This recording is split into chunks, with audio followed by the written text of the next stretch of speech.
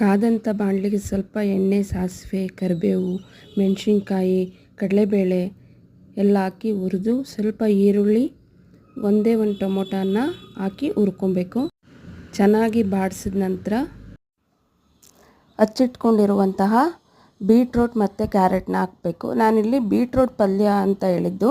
Beetroot ಜೊತೆಗೆ ಒಂದೆರಡು ಕ್ಯಾರೆಟ್ನೂ ಸುಧಾ ಹಾಕ್ತಿದ್ದೀನಿ, ತುಂಬ ಟೇಸ್ಟಿಯಾಗಿ ಇರುತ್ತೆ ಅಂತ. ನಂತರ ಇದಕ್ಕೆ ಬೀಟ್ರೋಟ್ ಹಾಕಿದ್ಮೇಲೆ ಚೆನ್ನಾಗಿ ಮಿಕ್ಸ್ ಮಾಡಬೇಕು. ರುಚಿಗೆ ತಕ್ಕಷ್ಟು ಉಪ್ಪನ್ನು ಹಾಕಿ ಒಂದು ಕಾಫಿ ಲೋಟದಷ್ಟು ನೀರನ್ನು ಹಾಕಿ ಚೆನ್ನಾಗಿ ಮಿಕ್ಸ್ ಮಾಡಬೇಕು.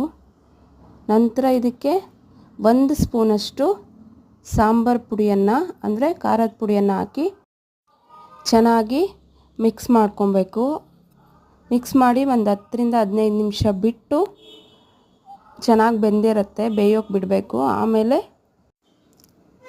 ಇದಕ್ಕೆ ಸ್ವಲ್ಪ ಕಾಯಿ ತುರಿಯನ್ನು ಹಾಕಿ ಚೆನ್ನಾಗಿ ಮಿಕ್ಸ್ ಮಾಡಿ ಮತ್ತೆ ಸ್ವಲ್ಪ ಕೊತ್ತಂಬರಿ ಸೊಪ್ಪನ್ನು ಸಣ್ಣದಾಗಿ ಹಚ್ಚಿಟ್ಟು ಹಾಕ್ಕೊಬೇಕು. ಕೊತ್ತಂಬರಿ ಸೊಪ್ಪು ಹಾಕಿದ್ಮೇಲೆ ಒಂದು 2 ನಿಮಿಷ ಬಿಟ್ಟು ಸ್ಟವ್ ಆಫ್ ಮಾಡಿದ್ರೆ ಬೀಟ್ರೋಟ್ ಪಲ್ಯ ರೆಡಿಯಾಗಿರುತ್ತೆ. ನಾವು ಬೀಟ್ರೋಟ್ ಪಲ್ಯನ ಹಿಂಗೆ ತುರಿದು ಮಾಡೋದಕ್ಕಿಂತ ಹಚ್ಚಾಕಿ ಮಾಡಿದ್ರೆ ತುಂಬ ಚೆನ್ನಾಗಿ ಟೇಸ್ಟಿಯಾಗಿ ಬರುತ್ತೆ.